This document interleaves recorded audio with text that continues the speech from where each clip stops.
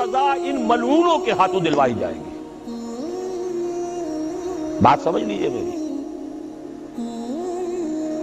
آپ کو معلوم ہے پھانسی کا پھندا کون ڈالتا ہے؟ چوڑا۔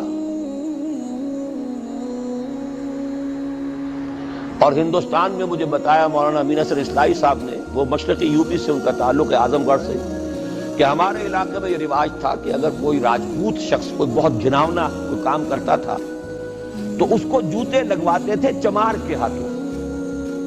راجپوت کے سر پر راجپوت کا جوتا پڑا تو چلیے جوتا تو ہے لیکن ہے تو راجپوت کا، لیکن جب راجپوت کے سر پر چمار کا جوتا پڑتا تھا، جسے انگریزی میں ہم کہتے ہیں to add insult to injury, ایک تو تکلیف ہو رہی ہے جوتے کی اور ایک انسلٹ ہو رہی ہے کہ چمار کا جوتا ہے، تو یہ گویا کہ بدترین سزا ہو گئی۔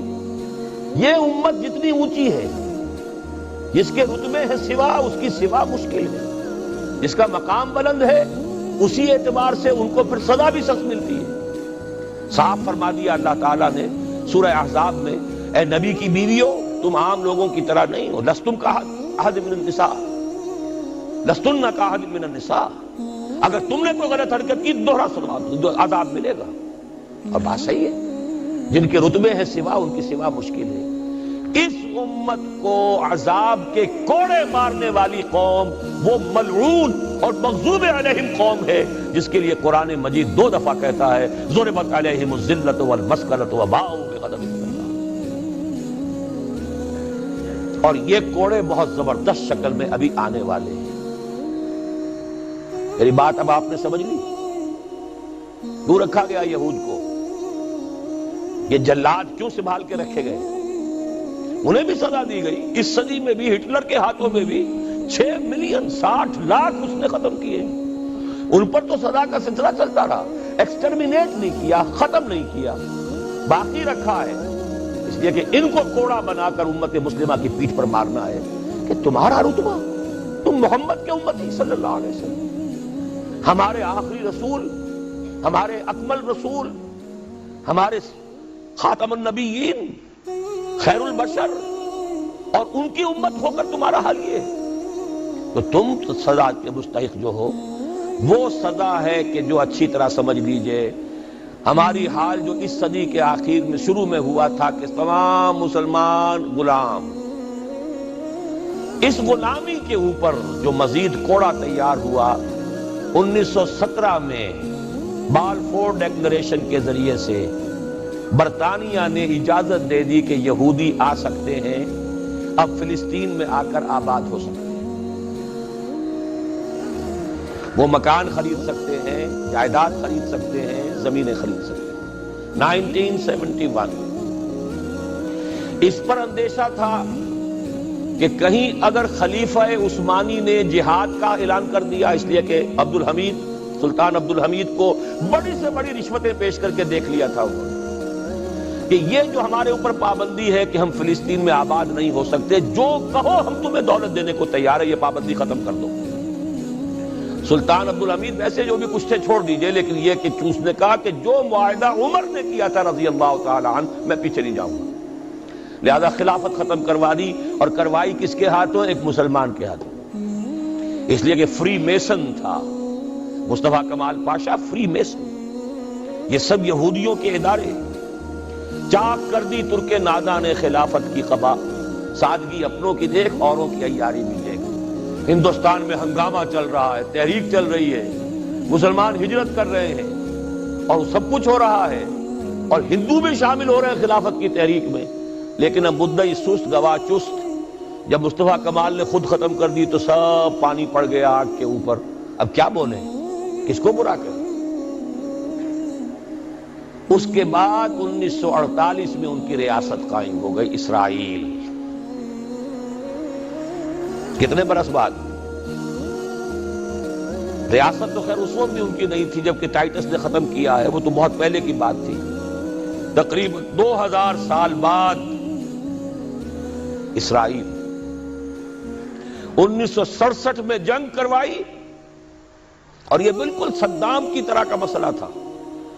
1967 کی جنگ میں ایک سازش تھی، انہوں نے بطور مہرہ استعمال کیا جمال عبد الناصر کو، جس نے اچانک جو ہے ایلات کی بندرگاہ کو بلاک کر دیا 1967۔ اس پر جھپٹا مارا ہے اسرائیل نے، ادھر سے سینائی لے لیا، ادھر سے گولان ہائٹس لے لیے، ادھر سے جو ہے West Bank of Jerusalem, West Bank of Jordan لے لیا۔ یہ سن 67 کی بات ہے۔ پھر عالم عرب میں ایک ملک ذرا نکلنے لگا تھا کہ شاید ایک کے پاس پیسہ بہت تھا، لیبیا کے پاس، وہ مدد کر سکتا تھا کسی مسلمان ملک کی کہ وہ ایٹم بم بنا لے۔ دو ملک ایسے تھے، ایک غیر عرب، ایک عرب۔ عراقیوں کے پاس کچھ صلاحیت معلوم ہو رہی تھی کہ کچھ دانت شاید نکل آئیں، جیسے دودھ کے دانت ہوتے ہیں تو شاید ایٹمی دانت نکل آئیں۔ وہ برکس ان کا نکالا ہے۔ ایک دفعہ جا کر آپ کو یاد ہوگا ہوائی جہاز گئے اور سب تک تہس نہس کر کے آ گئے، اور وہ سخت جان قوم نکلی، انہوں نے پھر کچھ بنا لیا، تو پھر وہی 100 دام، 100 دام جال، پھر وہ 100 دام جو ہے جال کی شکل بچھا کر، اور جو پھنسایا ہے تو اگلا پچھلا کھایا پیا سارا اگلوا لیا۔ نتیجہ کیا نکلا؟ جنگ خلیج کے بعد اب عالم عرب پورا کا پورا اسرائیل کے سامنے سرنگوں ہے۔ وہ شاہ حسن ہو یا شاہ حسین ہو، کچھ تو پہلے ہی اپنے تھے، چاہے شاہ فہد ہوں اور چاہے حسنی مبارک ہوں۔ اب رہ کون گیا؟ اس سے بڑی ذلت کوئی ہے؟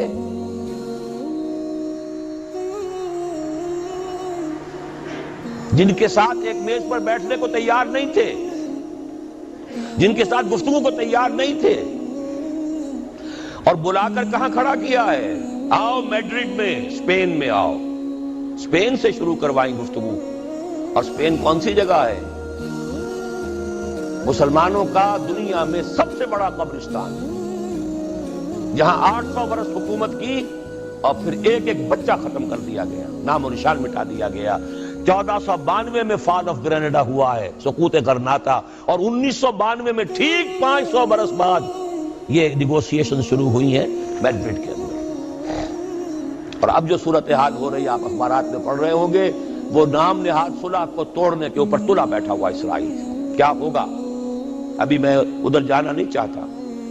بہت بڑا ہنگامہ آ رہا ہے، بہت بڑا ہنگامہ آ رہا ہے، اور سب سے بڑا یہ عذاب کا کوڑا جو ہے یہودیوں کے ہاتھوں کس پر پڑے گا؟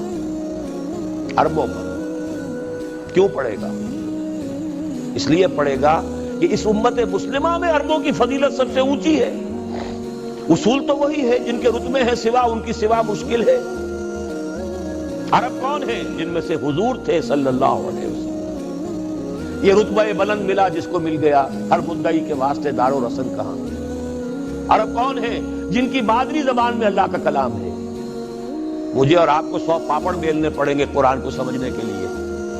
ہماری بہت عظیم اکثریت تو پھر بھی نہیں سمجھ سکے گی، ترجمے پڑھ لے گی زیادہ سے زیادہ، اور کیا کرے گی؟ ان کی مادری زبان۔ انہوں نے جب پیٹھ دکھائی اور اس صدی میں کولونیل رول سے آزاد بظاہر ہو جانے کے باوجود کسی نے قبلہ راست کردم، کسی نے وہ قبلہ کر لیا واشنگٹن کی طرف، کسی نے کر لیا ماسکو کی طرف، تو بدترین سزا کے وہی مستحق ہیں۔ اور جان لیجئے کہ وہ ہولوکاسٹ مڈل ایسٹ میں آنے والا ہے، آرمگیڈون، الملحمۃ العظمی۔ میں نے یہ ساری چیزیں اپنی ایک کتاب میں لکھی ہیں، سابقہ اور موجودہ مسلمان امتوں کا ماضی، حال اور مستقبل۔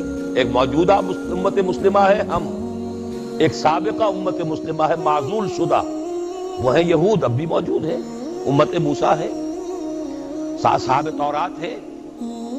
ان کا ماضی کیا ہے، حال کیا ہے، مستقبل کیا ہے؟ مستقبل میں سب سے بڑا پیچ جو پڑنے والا ہے، جیسے پتنگوں کا پیچ ہوتا ہے، ان دو امتوں کا ہے۔ مڈل ایسٹ سب سے بڑی جنگ، تاریخ انسانی کی عظیم ترین جنگ کا میدان بنے گا، جس کو حضور نے نام دیا الملحمۃ العظمی، عظیم ترین جنگ۔ احادیث موجود ہے میری اس کتاب کے اندر، حوالوں کے ساتھ ہے، ٹیکسٹ کے ساتھ ہے۔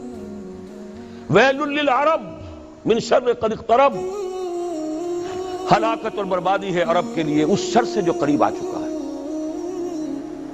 لیکن اب یہ بات تو پھر میرے اور آپ کے لیے ذرا دور کی ہو گئی۔ تیسری کڑوی بات اب آ رہی ہے۔ ابھی تو عربوں کی بات تھی نا،